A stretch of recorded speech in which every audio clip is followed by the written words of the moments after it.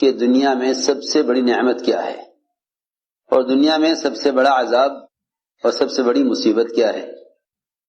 حضرت علی رضی اللہ فرمایا کرتے تھے کہ جو شخص کھانے پینے پہننے اوڑھنے اور ضروریات زندگی کے پورا کرنے کے آلات اور اسباب کو ہی نعمت سمجھے، اس کے عذاب کا وقت قریب آ گیا اور اس کی عقل جاتی رہی۔ اس کے عذاب کا وقت قریب آ گیا۔ جو یہ سمجھتا ہو کہ دنیا کی نعمتیں ہی نعمتیں ہیں، یہی وجہ ہے کہ لوگ ان چیزوں کو نعمت سمجھ کر سب سے بڑی نعمت سے غافل ہیں۔ دنیا کی چیزوں کو نعمت سمجھ کر سب سے بڑی نعمت سے غافل ہیں۔ دنیا کی مادی شکلیں اور اسباب اور ضروریات زندگی یہ اصل نعمت نہیں۔ کیوں؟ اس لیے کہ ان شکلوں پر جنت کی ہمیشہ کی نعمتوں کا مدار نہیں ہے۔ ان شکلوں پر جنت کی نعمتوں کا مدار نہیں ہے، بلکہ اگر محض یہی اسباب اور شکلیں مسلمانوں کو زیادہ دے دی جائیں تو یہ اسباب اور یہ شکلیں ان پر جہنم کے عذاب کا مدار تو ہو سکتا ہے، لیکن جنت کی ابدی نعمتوں کا مدار دنیا کے اسباب اور کائنات کے نقشوں پر نہیں ہے۔ توجہ سے بات سننا، اس لیے کہ کافر ہمیشہ کے عذاب میں اس لیے رہے گا کہ اس کی دنیاوی تھوڑی سی زندگی میں پوری زندگی کفر کا ارادہ ہے، حالانکہ دنیا کی زندگی تو آخرت کے مقابلے میں کچھ بھی نہیں ہے۔ اگر ایک لمحے یا لمحے کا بھی کوئی 100واں حصہ لایا جائے آخرت کے مقابلے میں دنیا کو، تو یہ اتنی بھی حیثیت نہیں رکھتا، اس لیے کہ جو زندگی ابدی نہیں ہے وہ زندگی معدوم اور ختم ہے، جو زندگی ابدی ہے وہ ہمیشہ کے لیے ہے۔ تو کفر کا تھوڑا سا وقت دنیا میں وہ کافر کے لیے ابدی عذاب کا ہے، اور مسلمان کے لیے دنیا کا تھوڑا سا وقت یہ مومن کے لیے ابدی نعمتوں کا ہے۔ میں نے عرض کیا کہ جو شخص دنیا کے اسباب اور ضروریات زندگی کے پورا ہونے کے وسائل کو نعمت سمجھے، حضرت علی فرماتے ہیں کہ اس کے عذاب کا وقت قریب آ گیا اور اس کی عقل جاتی رہی، کیونکہ سب سے بڑی مصیبت وہ کفر ہے۔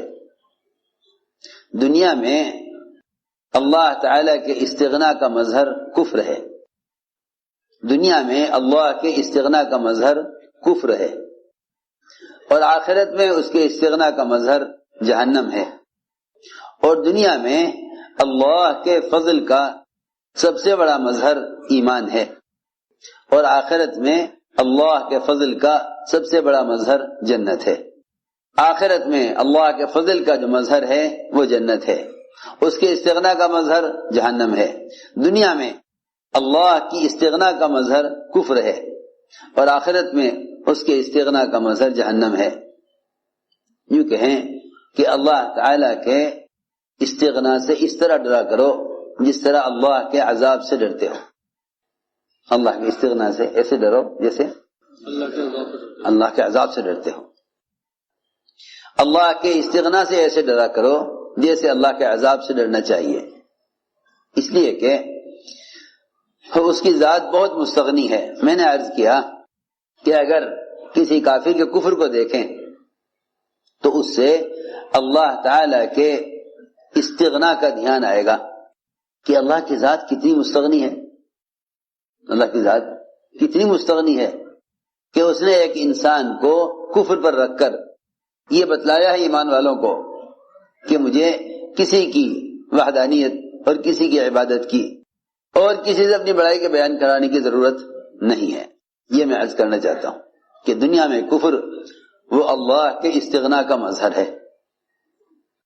تو جب اللہ تعالی نے کافر کو دکھلا کر اپنا استغنا سمجھایا مومن کو، تو پھر مومن کے لیے کہاں گنجائش ہے، مومن کے لیے کہاں گنجائش ہے کہ وہ کسی عبادت پر فخر کرے، کسی عبادت پر۔ سنو میں کیا کہہ رہا، اس کو تو ہر وقت اس بات پر اللہ کا شکر ادا کرتے رہنا چاہیے کہ اللہ تیرا کتنا بڑا فضل ہے، تیرا کتنا بڑا فضل ہے کہ تو نے مجھے دنیا میں کفر سے بچا لیا۔ کیوں میں عرض کرتا ہوں، جب آپ کسی ہسپتال میں جا کر بیماروں کو دیکھیں تو ہڈی کے بیماروں کو دیکھیں گے تو آپ کو اپنی ہڈیوں پر اللہ کا شکر اور اس نعمت پر اللہ تعالیٰ کے احسان کا خیال آئے گا۔ جب آپ دماغ کے بیماروں کو دیکھیں گے تو اپنے دماغ کا خیال آئے گا۔ جب آپ اندھوں کو دیکھیں گے تو اپنی آنکھوں کا خیال آئے گا۔ اللہ اکبر، جو بدن مٹی ہونا ہے اور ختم ہونا ہے، جب اس بدن کی بیماریوں کو دوسروں میں دیکھ کر اپنے اعضاء کی سلامتی کو اللہ کا احسان سمجھتے ہو، تو جو کافر ہمیشہ جہنم میں رہے گا اس کافر کو دیکھ کر اپنے ایمان کی نعمت کا خیال کیوں نہیں آتا؟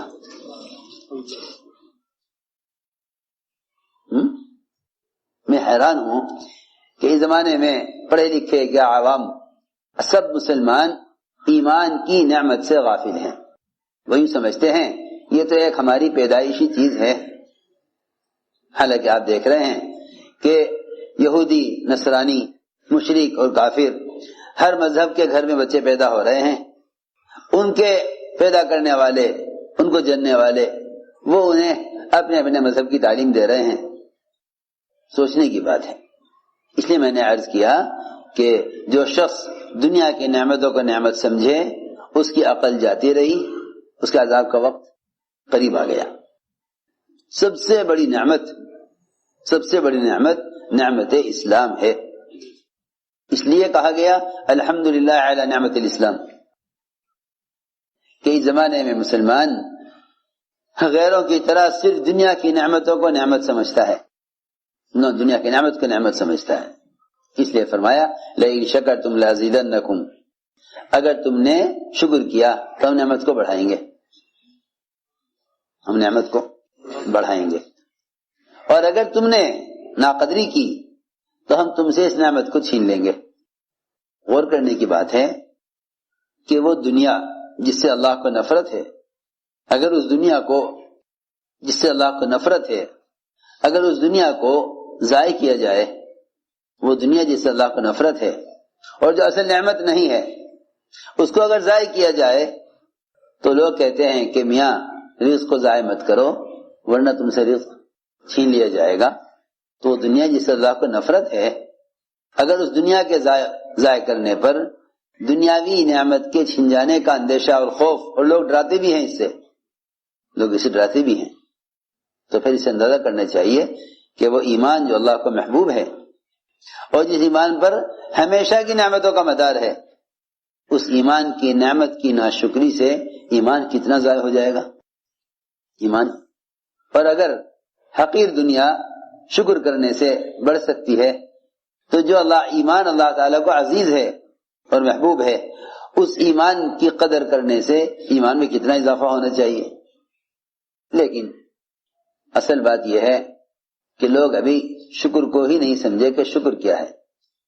لوگ نعمت کے شکر میں اللہ تیرا شکر اتنا کہہ دینے کو شکر سمجھتے ہیں، حالانکہ یہ شکر کی ادائیگی نہیں ہے، یہ شکر کی ادائیگی نہیں ہے۔ زبان سے شکر ادا کرنا الفاظ کی ادائیگی ہے، شکر کی ادائیگی نہیں ہے۔ سنو توجہ سے بات، لوگ زبان سے کہہ دیتے ہیں اللہ تیرا شکر، یہ شکر کی ادائیگی نہیں ہے، یہ الفاظ کی ادائیگی ہے۔ سنو توجہ سے بات، یہ شکر کی ادائیگی نہیں ہے، یہ شکر کی ادائیگی نہیں ہے۔ کیوں؟ اس لیے کہ انسان کے سارے بدن کے اعضاء، انسان کے بدن کے تمام اعضاء نعمتوں سے فائدہ اٹھاتے ہیں، اور سب سے چھوٹا عضو زبان وہ شکر ادا کرے۔ یہ کیسے؟ یہ کون سے انصاف کی بات ہے؟ بات سمجھ میں آ رہی؟ سارے بدن کے اعضاء تو نعمتوں سے فائدے اٹھاویں اور سب کی طرح سے شکر کو ادا کرے زبان۔ یہ کیا بات ہوئی؟ سوچو تو صحیح۔ آپ کا کوئی کام ہے، تجارت کا، ملازمت کا، اس میں کوئی رکاوٹ پیش آ گئی آپ نے 2-4 آدمیوں سے بات کی، میں کہا جی دیکھو آپ کا کام ہو جائے گا، لیکن فلاں فلاں فلاں فلاں فلاں 4 آدمی 6 آدمی یہ سب ان سب سے متعلق ہے یہ کام، آپ ان سے جا کے کہیے۔ ایک کے پاس گئے اسے بتایا، دوسرے کے پاس گئے اسے بتایا، آپ کا کام 6 آدمیوں نے مل کر کیا، تو آپ مجھے بتائیے کہ آپ ان 6 آدمیوں میں سے ایک کا شکریہ ادا کریں گے یا سب کا کریں گے؟ آسان بات ہے، آپ شکریہ کس کا ادا کریں گے؟ سب کا یا ایک کا؟ تو سب کا شکریہ ادا کریں گے۔ بالکل اسی طرح انسان کے بدن کے تمام اعضاء وہ ضروریات زندگی میں ایک دوسرے کے ساتھ ایسے جڑے ہوئے ہیں، اور ضروریات زندگی میں تمام اعضاء ایک دوسرے کے معاون ہیں، اس لیے زبان سب کی طرف سے شکریہ ادا نہیں کرے گی، بلکہ بدن کے ہر عضو کو حکم پر لانا، یہ اللہ کی نعمت کا شکر ادا کرنا ہے۔